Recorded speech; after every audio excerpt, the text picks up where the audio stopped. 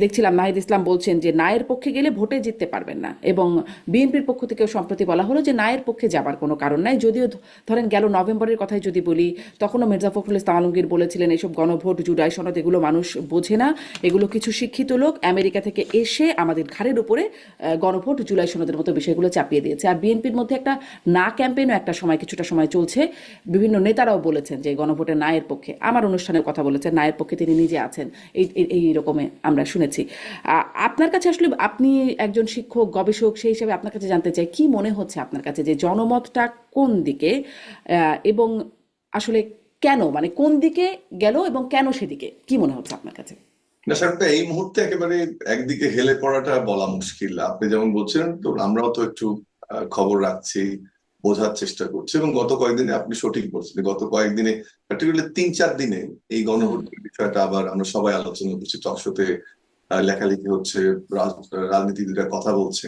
তবে এই মুহূর্তে আমি যেটা মনে করি যে বিএনপির কথাটা তো বারবার রিপিট করলেন আপনি, এবং যতটুকু যেহেতু আমরা নিউজ ট্র্যাক করি, সেন্টিমেন্ট অ্যানালাইসিস এর কাজ করি, নির্বাচন উপলক্ষে আমরাও একটি, যেমন আপনারাও খেয়াল রাখছেন। তো আমার যেটা মনে হচ্ছে যে পার্টির যে পজিশন সে অনুযায়ী এখনো বিএনপি হ্যাঁ ভোটের দিকেই থাকবে এবং না ক্যাম্পেইন করবে, এটা আমি বিশ্বাস করি না। 3টি কারণ। একটি হচ্ছে যে বিএনপি বারবারই যখন কোনো আলোচনা আসেনি তখন বিএনপি বারবারই সংস্কারের কথা এনেছে, 31 দফার কথা বলেছে।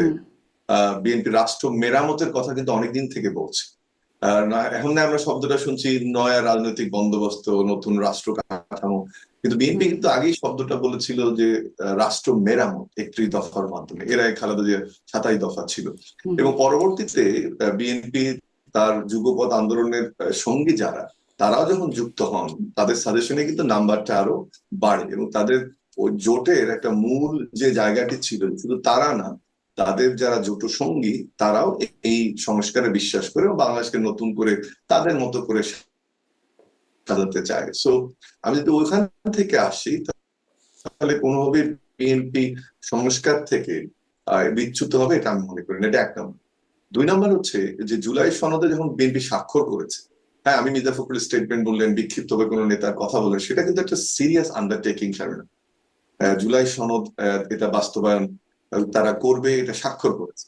3 নম্বর, আমি মনে করি না যে যখন 4.5 কোটি বা আর্গুয়েবলি যদি আর একটু এসটা বাড়িয়ে দেয় 5 কোটি 6 কোটি ভোটার যারা এই আন্দোলনে একটা বড় সঙ্গী, যারা রাষ্ট্র কাঠামো বিনির্মাণ স্বপ্ন দেখছে, আমরা সহ যারা জুলাই আন্দোলনে ছিলাম আমরা। শুধুমাত্র সিটি ব্যাংকে অ্যাকাউন্ট থাকলেই করতে পারবেন গুগল পে, তাই অ্যাকাউন্ট খুলুন আজই।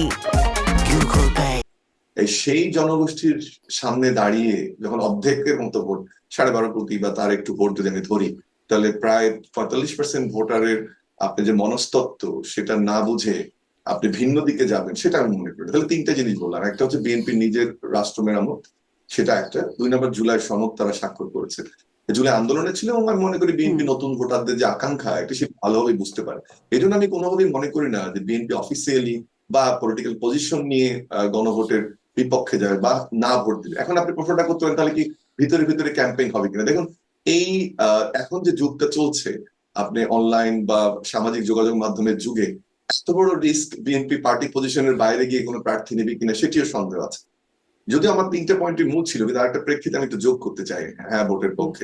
কিন্তু পার্টি পজিশন নেবে কিনা, যেমন মানে বিষয়টা আপনি বলছেন, কিন্তু অনেকে নিয়েছেন, ইতোমধ্যে অনেকেই নিয়েছেন। আমি এই প্রসঙ্গটা, আমি একমত, অনেকে নিয়েছে, হ্যাঁ কিন্তু এখন হ্যাঁ, যদি আপনি কয়েকদিন, আমি ওইটাতেই যাচ্ছিলাম যে আচ্ছা, তারেক রহমান সাহেব আসার পরে কিন্তু এক ধরনের নতুন মেসেজ এবং নতুন করে বিএনপি কে আমরা দেখছি। কেন বলছি? যে তাদের নেতা দীর্ঘদিন পরে দেশে উপস্থিত আছেন, এবং তার নির্দেশনা, তার স্টেটমেন্টটাই পার্টি স্টেটমেন্ট হবে। এমন যদি হতো যে উনি আসার পর থেকে অন্তরীণ আছেন, কারোর সাথে দেখা করছেন না, স্টেটমেন্ট দিচ্ছেন না, তেমন না। উনি কিন্তু পাবলিক স্পিকিং এ আসছেন। পার্টিকুলারলি আমি সাংবাদিকদের যে ইয়াটা রেফার করতে চাই, আজকে রিক্সা পুলারদের সাথে ওনার মিটিং ছিল, তার মানে ওনার বক্তব্য নানান ভাবে আসছে আমাদের সামনে। তো সেটি এখন যার বক্তব্যই হোক, যদি বিএনপির স্ট্যান্ডিং কমিটির কোনো সিদ্ধান্ত না হয়, বা এই মুহূর্তে যিনি বিএনপির চেয়ারম্যান জনাব তারেক রহমান, তার যদি কোনো স্টেটমেন্ট না হয়, তাহলে কিন্তু মুশকিল। একটু গ্যাপ আপনাকে ধরিয়ে দিই, সেটা হচ্ছে আগে যখন মির্জা ফখরুল ইসলাম আলমগীর কোনো বক্তব্য দিয়েছিলেন বাংলাদেশে তারেক রহমান অ্যাবসেন্সে, যদি উনি অনলাইনে উপস্থিত হতেন, যদিও দীর্ঘ সময় ওনাকে বাইরে রাখা হয়েছিল মিডিয়া, তখন কিন্তু আমরা ওটাকে চূড়ান্ত বক্তব্য হিসেবে ধরতাম। আমার মনে হয় আমি যদি আপনাকে প্রশ্ন করি যে এই মুহূর্তে বিএনপি চূড়ান্ত বক্তব্য কার কাছ থেকে আশা করি আমরা, সেটি বোধহয় বিএনপি চেয়ারপারসনের কাছ থেকে।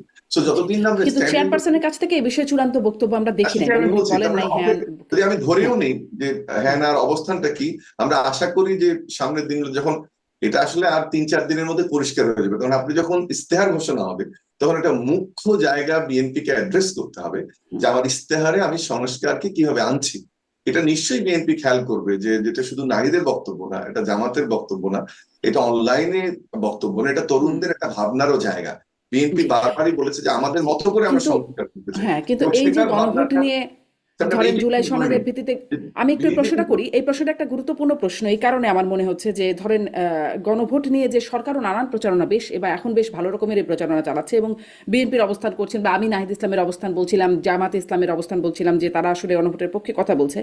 কিন্তু ধরেন এই জুলাই সনদে যারা আসলে গণভোটে মানে না পক্ষে গেলে ভোটে জিততে পারবেন না বলছেন নাহিদ ইসলাম বা প্রচারণা চালাচ্ছেন, তারা জুলাই সনদে স্বাক্ষরই করলো না, কোনো আনুষ্ঠানিকতা মানে এই করেছে এই বিষয়ে আমরা জানি না, নিশ্চয়ই গোপনে গোপনে করবে না, না, না, করলে তো করেনি, জানতামই। করেনি। হ্যাঁ, গতকাল করে একটা নাই। ডক্টর তাহলে আমাদের প্রতিনিধি ছিল, আমি কথা বললাম, করেনি। হ্যাঁ, তাহলে জুলাই সনদে তারা স্বাক্ষরই করলো না। তারপরে ধরেন ঐক্যমতের ভিত্তিতে যে বিষয়গুলো হলো ছিল যে নারীদেরকে 5% বর্ধিত হারে নারী প্রার্থী মনোনয়নের কথা ঐক্যমতে আছে এবং জুলাই সনদে সেটি আছে।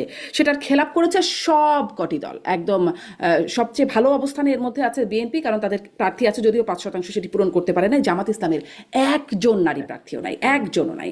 আর কোনো দল নারী প্রার্থী দিতে পারে নাই। মানে আগেই তো বরখেলাপ করে যাচ্ছে, এত প্রচারণা করে কি লাভ, মানে কার উপরে ভরসা করবো যে তারা পালন করবে, আগেই তো পালন করলো না।